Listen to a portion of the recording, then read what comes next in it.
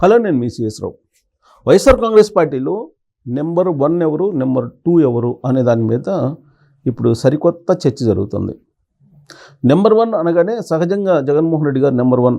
YSR Congress party జీవితకాలపు అధ్యక్షుడు ఆయనే. ఆ మేరకు గతంలో జరిగినటువంటి ప్లేనరీలోనే ఒక తీర్మానం చేశారు. అది ఎన్నికల కమిషన్కి పంపించారు. దాని మీద అభ్యంతరాలు వ్యక్తం చేశారు. ఇవన్నీ కూడా జరిగాయి. ఇన్ని అభ్యంతరాలు ఉన్నప్పటికీ కూడా వైఎస్ఆర్ కాంగ్రెస్ పార్టీ అధినేత ఎవరైనా అంటే జగన్మోహన్ రెడ్డి గారు అని చెప్పి ఎవరైనా చెప్తారు.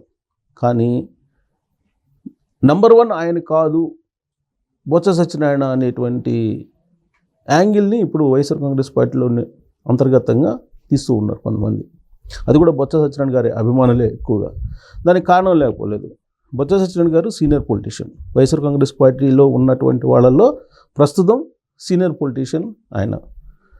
జగన్మోహన్ రెడ్డి గారు అధికారంలో ఉన్నప్పుడు మనకు కనిపించినటువంటి వాళ్ళు ఎవరు? సజ్జల రామకృష్ణారెడ్డి గారు, విజయసాయిరెడ్డి గారు, పెద్దిరెడ్డి రామచంద్రారెడ్డి గారు, వైవి సుబ్బారెడ్డి గారు.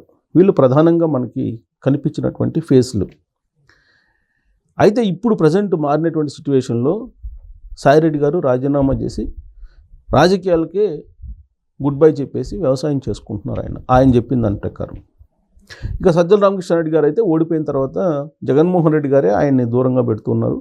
ఆయన సలహాలు సూచనలు విన్న కారణంగానే 2024 ఎన్నికల్లో 11 ఎమ్మెల్యేలకు పరిమితం అయ్యాము అనేటువంటి భావన ఇప్పుడు వైఎస్ఆర్ కాంగ్రెస్ పార్టీలో బాగా వినిపిస్తుంది. తొలి రోజుల్లో సజ్జల రామకృష్ణారెడ్డి గారి మీద పెద్దగా అసంతృప్తి, అసహనం లేకపోయినప్పటికీ కూడా క్రమక్రమంగా క్యాడర్కి జగన్మోహన్ రెడ్డి గారు దగ్గర అవుతూ ద్వితీయ శ్రేణితో మాట్లాడుతున్నటువంటి క్రమంలో ఈ ఓటమికి ప్రధానమైనటువంటి కారణం సజ్జల రామకృష్ణారెడ్డి గారి వ్యవహారం.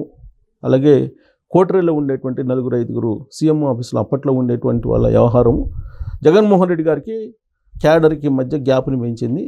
దాని ఫలితంగానే ఈ దారుణమైనటువంటి ఓటమి అనేటువంటిది బోధపడుతుంది జగన్మోహన్ రెడ్డి గారికి. అందుకే సజ్జల రామకృష్ణారెడ్డి గారిని క్రమంగా దూరంగా పెట్టేశారు. ఇంకా వైవి సుబ్బారెడ్డి గారు అయితే విజిలెన్స్ విచారణ ఎదుర్కొంటున్నారు. ఆయన తిరుమల తిరుపతి దేవస్థానానికి సంబంధించి చైర్మన్ గతంలో.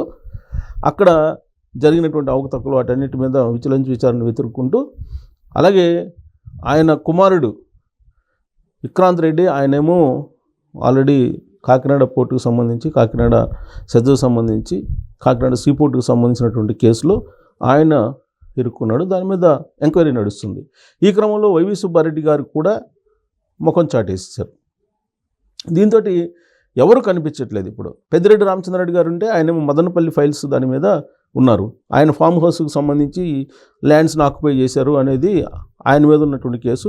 పవన్ కళ్యాణ్ గారు అటవీ శాఖ మంత్రిగా ఉన్నారు కాబట్టి ఆ అటవీ భూములను ఆయన ఏదో ఆక్రమించుకున్నారని చెప్పి ఆరోపణలు వచ్చినటువంటి క్రమంలో ఎంక్వైరీ చేస్తున్నారు. అది సీరియస్గా జరుగుతుంది. ఈ క్రమంలో పెద్దిరెడ్డి రామచంద్రారెడ్డి గారు కూడా ఎక్కడ కూడా వైఎస్ఆర్ కాంగ్రెస్ పార్టీకి సంబంధించి యాక్టివ్గా కనిపించట్లేదు. మరి ప్రధానమైనటువంటి మూల స్తంభాలు లాంటి వాళ్ళు ఒక్కసారిగా దూరం అయిపోయారు. మరి ఇప్పుడు ఎవరు కనిపిస్తున్నారు అని అంటే బొత్స సత్యనారాయణ గారు కనిపిస్తున్నారు.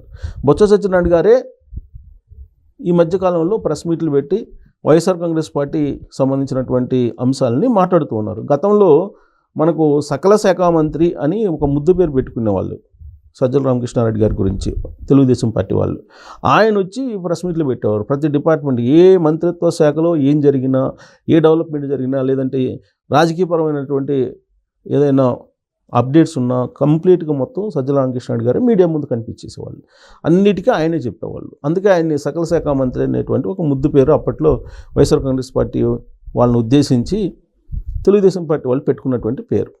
సరే, ఇప్పుడు బొత్స సత్యనారాయణ గారు మాత్రమే కనిపిస్తున్నారు. జగన్మోహన్ రెడ్డి గారికి మద్దతు ఇస్తూ, జగన్మోహన్ రెడ్డి గారికి అండగా నిలబడుతూ బొత్స సత్యనారాయణ గారు సీనియర్ పొలిటీషియన్లో ఇప్పుడు కనిపిస్తున్నారు మీడియాలో.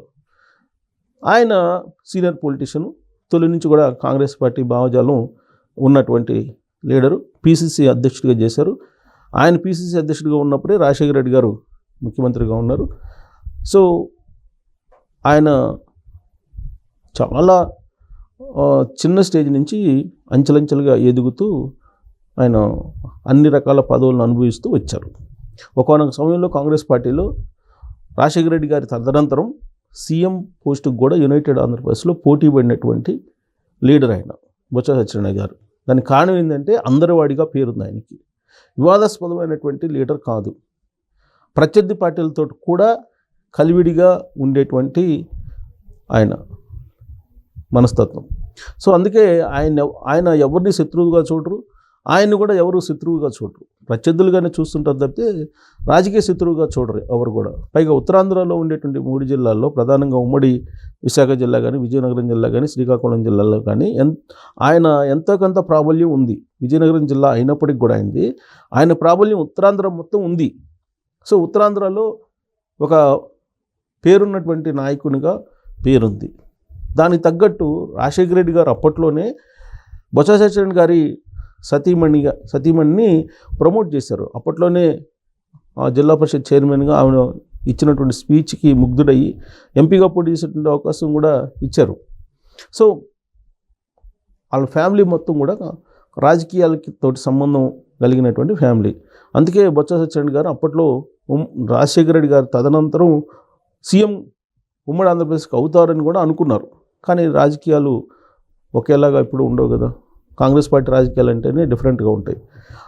అప్పుడు రాజశేఖర రెడ్డి గారు చనిపోగానే ముఖ్యమంత్రి పదవి కోసం సంతకాలు పెట్టి ఇచ్చింది జగన్మోహన్ రెడ్డి గారు. ఆ విషయాన్ని బొత్స సత్యనారాయణ గారే చెప్పారు. అసలు రాజశేఖర రెడ్డి గారి మరణం వెనుక ఎవరున్నారు అనే దాని మీద కూడా బొత్స సత్యనారాయణ గారు జగన్మోహన్ రెడ్డి గారి మీద అనుమానం వ్యక్తం చేస్తూ అసెంబ్లీలో మాట్లాడారు. ఆ రోజున విజయమ్మ గారు కూడా అసెంబ్లీలో ఉన్నారు. అది అన్ని పేపర్లో కూడా అప్పట్లో వచ్చింది. అయితే ఆ తర్వాత జరిగినటువంటి పరిణామాల క్రమంలో ఆయన కాంగ్రెస్ పార్టీని వీడి వైఎస్ఆర్ కాంగ్రెస్ పార్టీలో చేరాల్సి వచ్చింది. వైఎస్ఆర్ కాంగ్రెస్ పార్టీలో చేరారు. 2019లో అధికారంలోకి రావడంతో ఆయన మంత్రిగా 5 సంవత్సరాల పాటు కొనసాగారు. జగన్మోహన్ రెడ్డి గారి తొలి క్యాబినెట్లో, రెండో క్యాబినెట్లో కూడా ఆయన మంత్రిగా కొనసాగి ఆయన తన మంత్రిత్వ శాఖను నిర్వహించుకుంటూ వెళ్ళారు. అయితే 2024లో ఘోరమైనటువంటి ఓటమిని పార్టీ చవిచూసింది. ఆయన కూడా ఓడిపోయారు. దీంతో ఆయన రాజకీయ ప్రాబల్యం కూడా తగ్గుతుంది అనుకున్నారు. కానీ ఆయన ఎమ్మెల్సీగా తాజాగా గెలిచారు. స్థానిక సంస్థల ఎన్నికల్లో ఎమ్మెల్సీగా గెలిచారు. ఎమ్మెల్సీగా గెలిచి శాసన మండలిలో అడుగుపెట్టారు. శాసన మండలి అడుగుపెట్టడంతో పాటు శాసన మండలికి ప్రతిపక్ష నాయకుడిగా ఉన్నారు. సో వైఎస్ఆర్ కాంగ్రెస్ పార్టీలో క్యాబినెట్ హోదా ఎవరికి ఉంది ఇప్పుడు అని అంటే బొత్స సత్యనారాయణ గారికే ఉంది. సో రాజ్యాంగం ప్రకారం నెంబర్ 1 ఎవరంటే బొత్స సత్యనారాయణ గారు వైఎస్ఆర్ కాంగ్రెస్ పార్టీలో. ఎందుకంటే క్యాబినెట్ ర్యాంక్ ఉన్నటువంటి లీడర్ ఆయన ఒక్కడే ఉన్నారు, ఇప్పుడు ఇంకెవరు లేరు.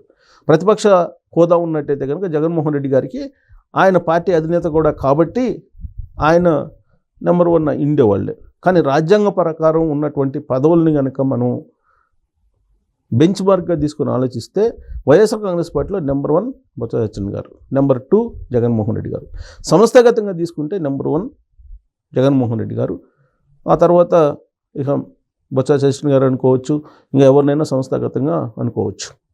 బట్ రాజ్యాంగపరంగా చూస్తే మాత్రం నెంబర్ 1. సో వైఎస్ఆర్ కాంగ్రెస్ పార్టీలో నెంబర్ 1 ఎవరు, నెంబర్ 2 ఎవరు అనే దాని మీద చర్చ జరగడానికి కారణం ఇది.